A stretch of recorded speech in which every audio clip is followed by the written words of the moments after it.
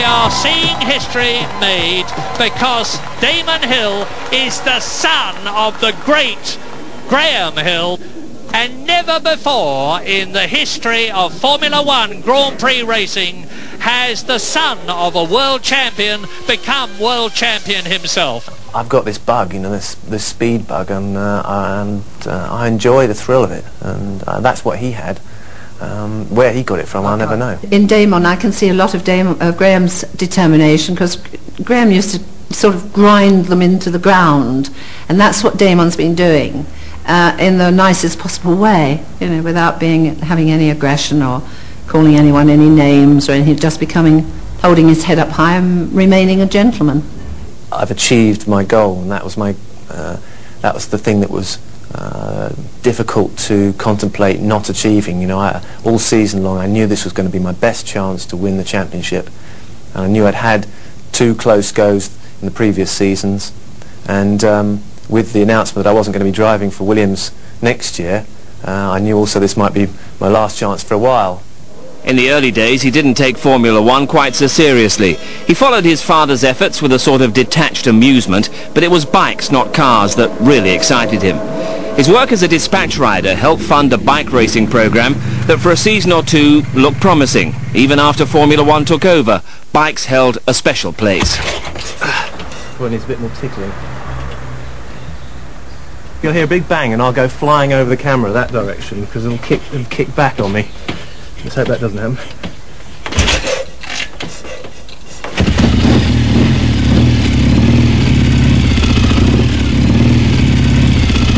The first real time that I saw him was on his motorbikes, and he was very different to his father because he'd chosen a route of 2 wheels rather than 4 wheels. And if you like, he came into single-seater racing at a much later stage than most of the aspiring young stars are these days. I found him racing bikes very, very exciting, and far too exciting, and I didn't want him to go into Formula One bikes. So I spoke to a friend who runs Wingfield Racing School at Manicourt in France, and I said, do a deal with me. Give him, let him do a course, and I'll pay you little by little, which is what we did. Because Damon, he absolutely loved it. The man who wins the Grandstand Trophy is a man to watch, for Formula Ford 2000 leads to Formula 3, and that can lead to Formula 1 and Grand Prix stardom. Damon Hill, son of the great Grahams, just starting his career. Initially I thought maybe I might have difficulty keeping my neck above water, but now I'm really enjoying it. It's great, and I'm really pleased to be doing it. When Damon first came from bikes into cars, he did rather dreadfully bad from what I remember. He was well off the pace, he was spinning off the circuit, every corner I think it was. And Herbert really does seem to have put this all together, with still Damon Hill holding on to that 3rd place. Then he started to just slowly sort of gain confidence, and he got better and better.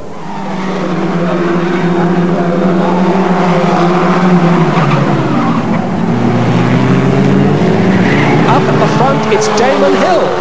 An incredible opportunity snatched by Damon Hill.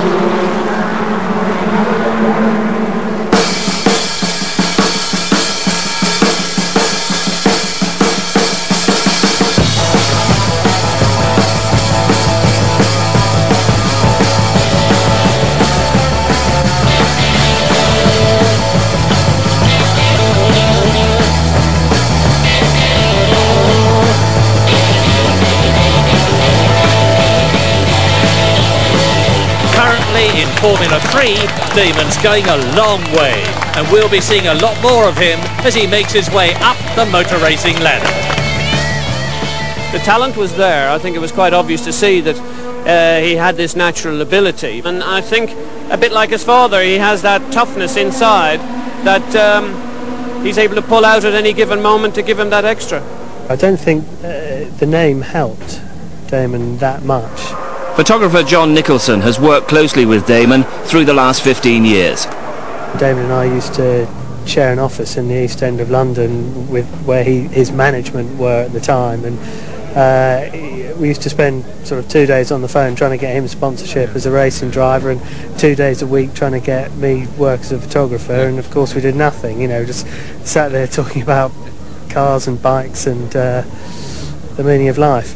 The meaning of life was money, desperately required if he was to make further progress. At the same time, rock music provided a distraction, as well as an ally and a friend.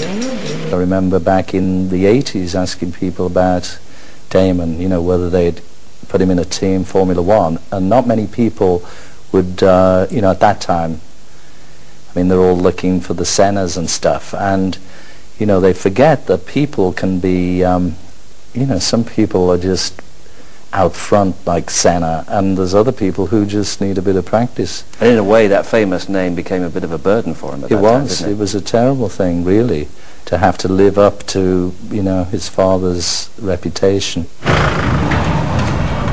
After a battling time in Formula 3000, the breakthrough came in 1991 when Damon got that first, sometimes impossible foothold in Formula 1, and it was a good one, taking over from Mark Blundell as official test driver with Williams, a vital part of the backup which would take Nigel Mansell to his world title. It was the first real test driving opportunity really in Formula 1 where it's not just a name, you actually allowed the test driver to get in there and do, you know, a lot of the brunt of the testing. It might have been mundane testing, it wouldn't be actual performance testing, it would be reliability and that kind of thing where you just sort of drone around. But then you progress from that onto sort of the more serious testing. And I mean, Damon acquitted himself very, very well indeed.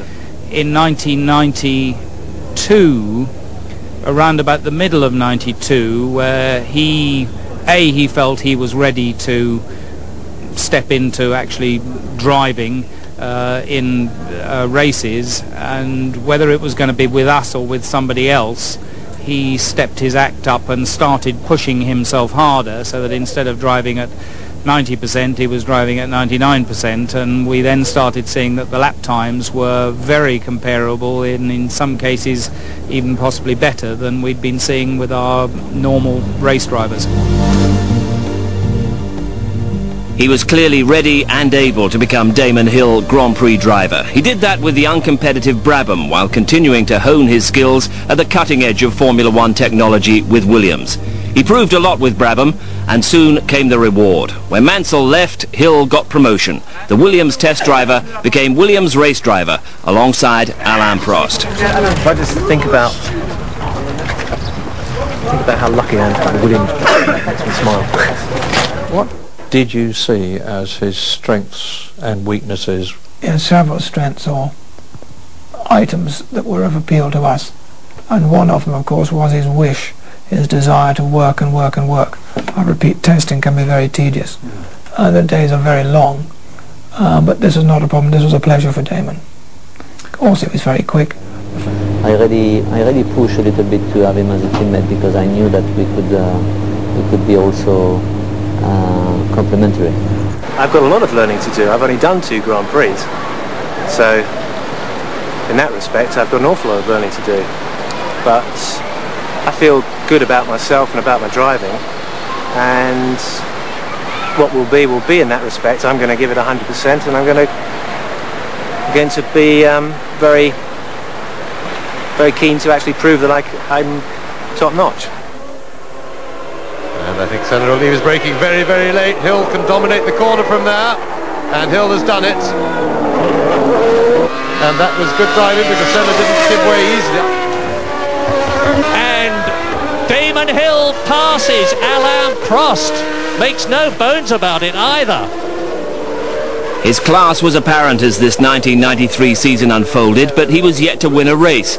Even his father had never won the British Grand Prix. At Silverstone, victory beckoned for a while. And there's an engine blowing it. It's Damon Hill. What can I or anybody